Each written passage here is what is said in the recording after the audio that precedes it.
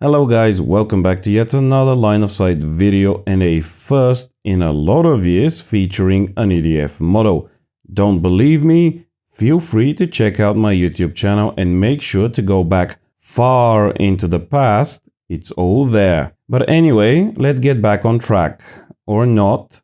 So a very long time ago, in a galaxy far, far away... Oh wait, that's a different movie. But a long time ago, I got started into planes with an F-18 35mm EDF jet. Yeah, I know, the absolutely best beginner plane, 100%. But it looked awesome and it got me hooked. Lots of years later, that 35mm F-18 has brought me to this moment, so can't complain much. I have been thinking about getting some new EDF models for a while now, so when this popped up earlier this year, I just had to get it. Looked so good and it was pretty decent price too. It did spend some time in the box after arriving, but eventually, during this summer, I got around to putting it together and getting it in the air. Assembly was fairly easy, all tail parts needed gluing, though I didn't glue the wings. I felt the friction holding them in is sufficient not to lose one mid-flight, besides would make things much easier if I ever needed to service something. Now, keep in mind the last time I bought an EDF was so long ago that you basically had to rebuild the whole EDF unit from the ground up, balance it, etc. before you can really use it without it shearing itself to pieces from the vibrations. This thing though, I was absolutely stunned how smooth the unit was and how well you could hear the air flowing through it. The air going through it was making more noise than the unit itself. Really blew me away. And it does have some decent thrust as well. Awesome thing is that you can use both 3S and 4S batteries with this one and it will work just fine with either, with the 4S giving it a pretty sweet vertical too. Also, contrary to gut feeling, I went with the CG listed in the user manual, thinking so many years in the future they should have learned how to do this properly, balanced everything, went to the flying field and even chanced on a windy day, which meant that takeoffs would be pretty easy since I wouldn't even have to throw it that hard. And so, up it went, and the moment I touched the controls, it just went crazy. Up and down and everything else associated with a tail-heavy EDF, which I'd forgotten about over the years not having to deal with such CG-sensitive models. This attempt was a failure, but at least the landing was okay and the plane escaped with no damage. For some reason, I thought it was the strong wind and too sensitive control surfaces, so I dialed in some expo and tried again, but same thing happened. As soon as I touched the controls, and in particular the elevator, the plane goes crazy. This time around though, the landing was not as pretty and it literally ended up nose first in some freshly rained over manure. Did take quite a bit of wet wipes before I deemed it cleaned enough to put back in the car, plus the nose piece was forever lost to the dung. Once I got back home, I gave it a proper steaming hot wash. The whole thing under the water didn't even bother to remove the ESC and EDF unit from it, but it did clean up nice.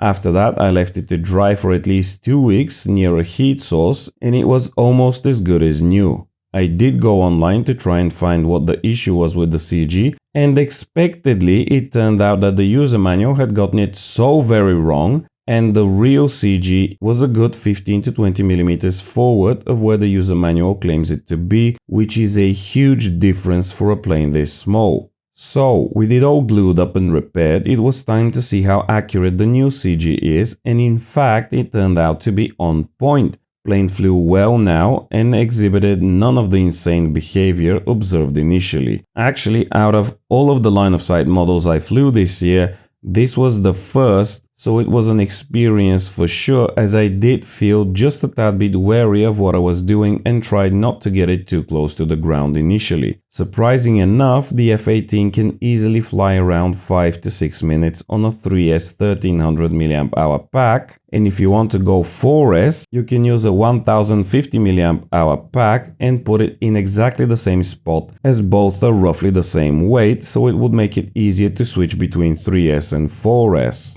In the air, the model is quite agile. I was surprised how much elevator deflection it can handle and would keep going in the given direction and would not start to try to roll left or right or tip stall, which is not something I would expect of an EDF, especially at this size.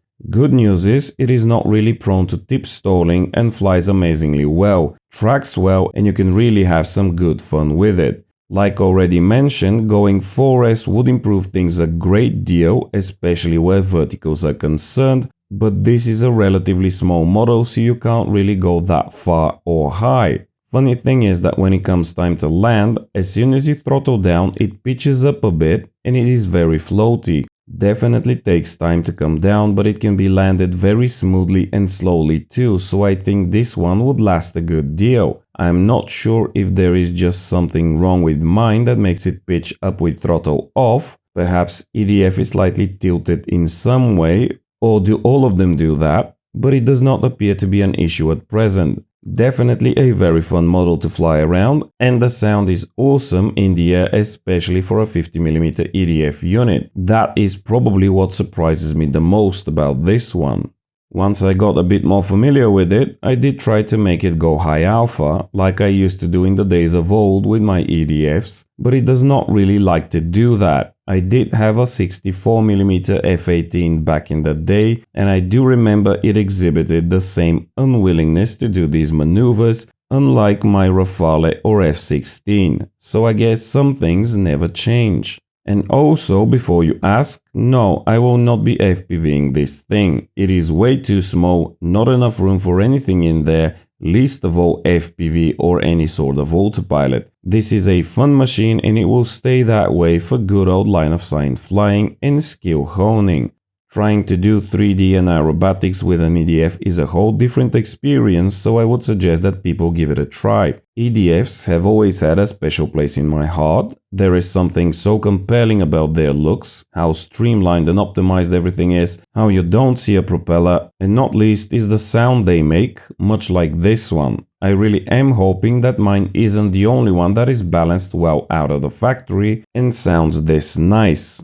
If it is not, those of you that already have it would know what I'm talking about. In any case, I think this one was well worth the money they were asking for it, which if I recall correctly at the time I got it was around $150 for the plug-and-play version. Sadly, it took so long for me to get this video out that Banggood no longer sells this plane apparently. But I have added a link to an FMS 50mm EDF F-18 alternative in the video description below. I assume it would be just as good as this one, and perhaps the CG markings would be accurate, and it seems to be cheaper too. Since FMS have been making EDFs for a long time, hopefully they have their models worked out already. If you have never tried an EDF model, why not do so now?